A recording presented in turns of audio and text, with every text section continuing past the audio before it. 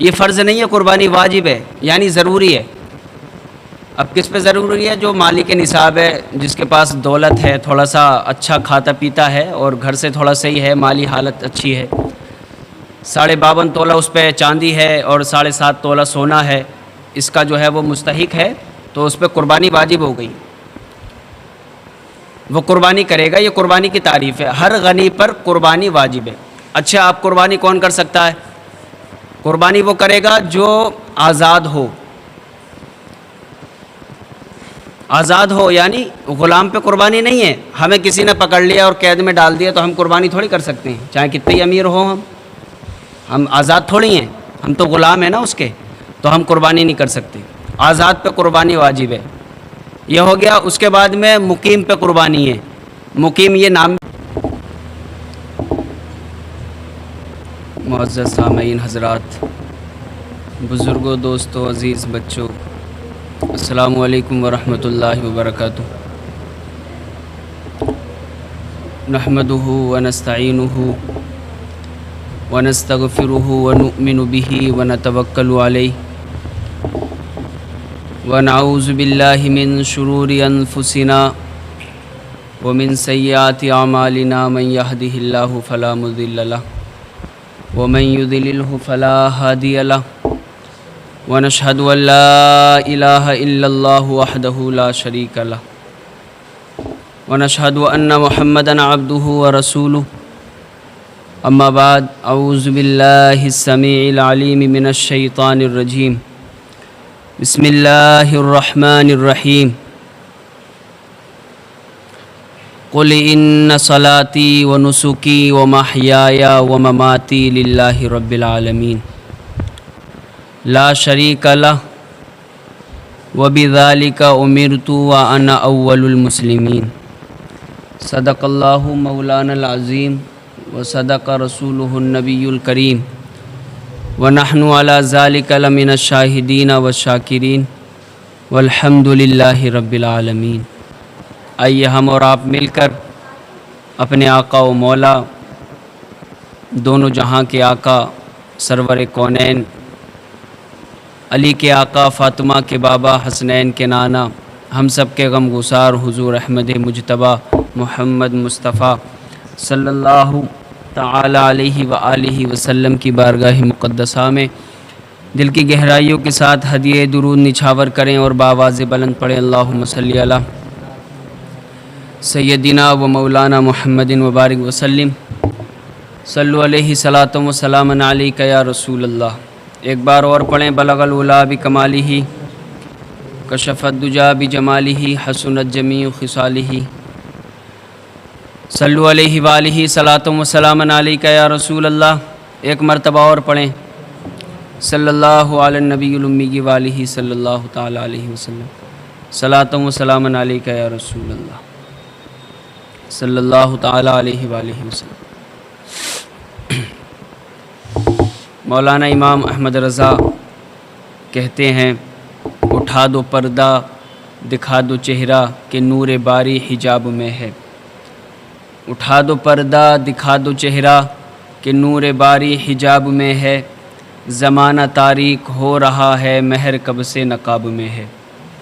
زمانہ تاریک ہو رہا ہے مہر کب سے نقاب میں ہے، کھڑے ہیں منکر نکیر سر پر نہ کوئی حامی نہ کوئی یاور۔ کھڑے ہیں منکر نکیر سر پر نہ کوئی حامی نہ کوئی یاور، بتا دعا کر میرے پیمبر کہ سخت مشکل جواب میں ہے۔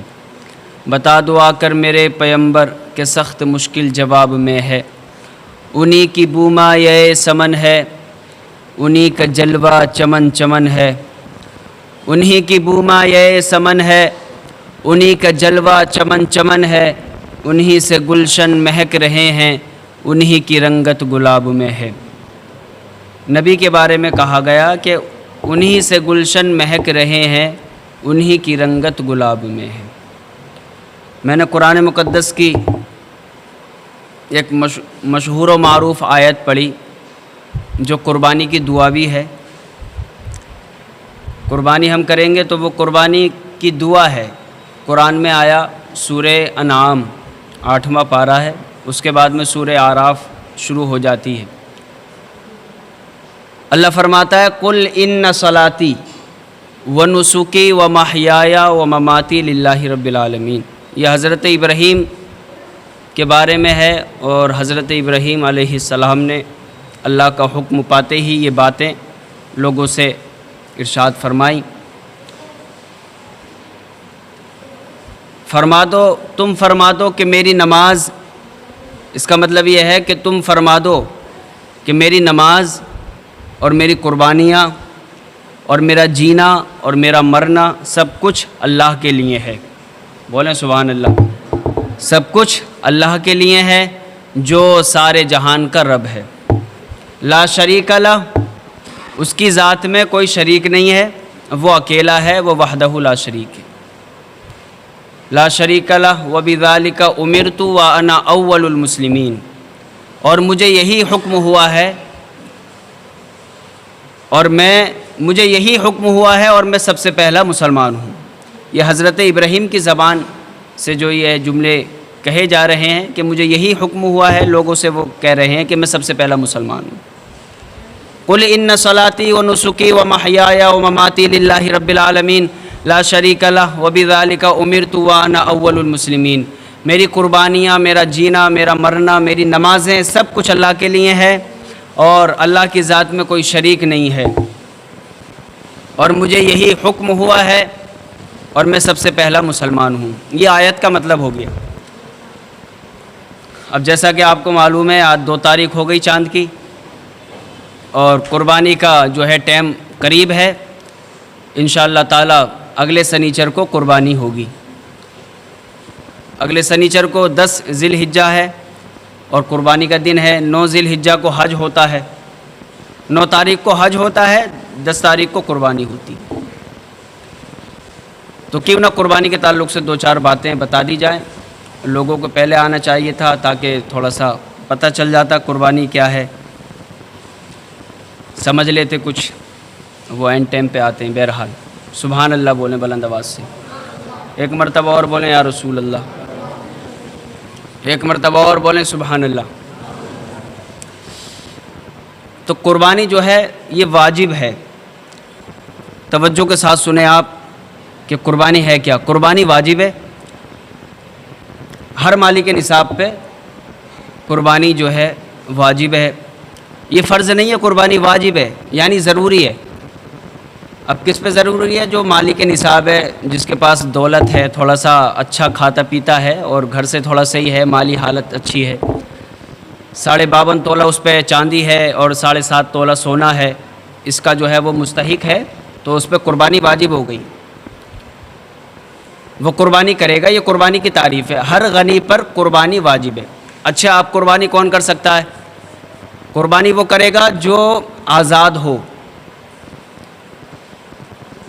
آزاد ہو، یعنی غلام پہ قربانی نہیں ہے۔ ہمیں کسی نے پکڑ لیا اور قید میں ڈال دیا تو ہم قربانی تھوڑی کر سکتے ہیں، چاہے کتنے ہی امیر ہوں ہم آزاد تھوڑی ہیں، ہم تو غلام ہیں نا اس کے، تو ہم قربانی نہیں کر سکتے۔ آزاد پہ قربانی واجب ہے، یہ ہو گیا۔ اس کے بعد میں مقیم پہ قربانی ہے۔ مقیم یہ نام بھی ہوتا ہے، مقیم کا مطلب ہوتا ہے ٹھہرنے والا، یعنی کسی مقام پہ ٹھہر جانا، یعنی اس کا اپنا گھر ہے، وہ اپنے گھر میں رہتا ہے، یعنی ایک مقام ہے اس کا رہنے کا، اس کو مقیم کہتے ہیں۔ مقیم کا مطلب ہوتا ہے ٹھہر جانا۔ تو مقیم قربانی کرے گا، یعنی مقیم پہ قربانی واجب ہے، یعنی جو جس کا گھر ہے اپنا اور وہ رہتا ہے، ایک جگہ ٹھہرا ہوا ہے، سفر میں نہیں ہے وہ، یعنی اس کا ایسا نہیں ہے کہ وہ در بدر بھٹکا پھر رہا ہے، کوئی ٹھکانہ نہیں ہے اس کا، نہ گھر ہے اور سفر میں بھٹکا ہوا پھر رہا ہے، تو وہ بھی قربانی نہیں کرے گا۔ یعنی جو ٹھہرا ہوا ہے، گھر میں رہتا ہے آرام سے، سفر میں نہیں ہے، تو قربانی کرے گا۔ اور مسلمان قربانی کرے گا۔ 3 ہو گئی ہے۔ اس کے بعد میں مسافر پہ قربانی نہیں ہے، جو سفر کر رہا ہے، لگاتار چل رہا ہے، وہ قربانی نہیں کرے گا۔ اگر اس نے سوچا کہ اس نیت سے کہ میں سفر میں ہوں تو قربانی کر دوں، تو یہ اچھی بات ہے، باقی بچا جائے اس سے۔ سفر میں تو کوئی قربانی کرے گا نہیں، ٹھیک ہے۔ یہ قربانی کی تعریف ہو گئی۔ قربانی ہر مالک نصاب پہ واجب ہے، اور یہ اللہ کا حکم ہے کہ قربانی کی جائے۔ اب قربانی کے جو جانور ہیں ان کی عمر کتنی ہونا چاہیے؟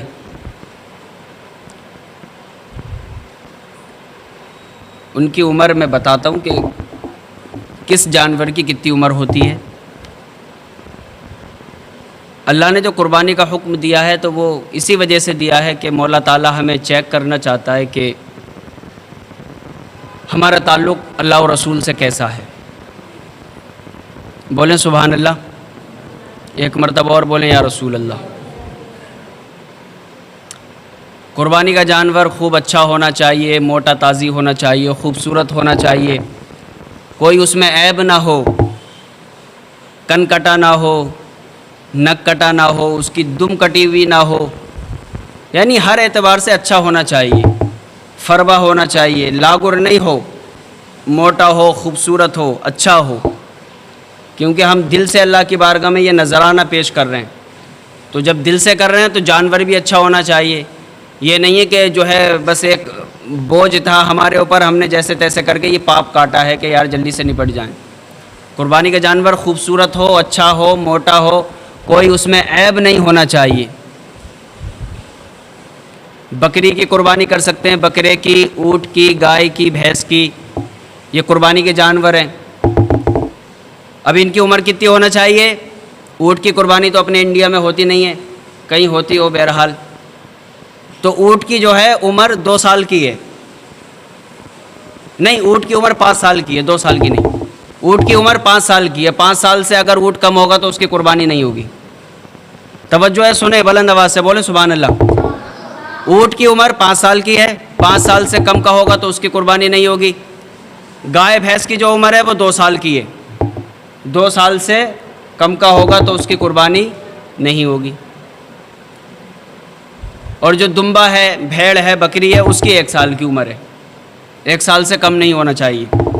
ہاں اگر کوئی بکری کا بچہ ایسا ہے کہ یا بھیڑ کا بچہ بہت اچھا ہے، صحت کا، موٹا تازی ہے، دور سے دیکھنے میں لگتا ہے کہ یار یہ سال بھر کا ہوگا، موٹا تازی ہے، تو اس کی قربانی ہو جائے گی، ورنہ 1 سال کی عمر ہونا چاہیے بکری کی، بکرے کی، اس سے کم ناجائز ہے، منع جو ہے کیا گیا ہے، بچا جائے اس سے۔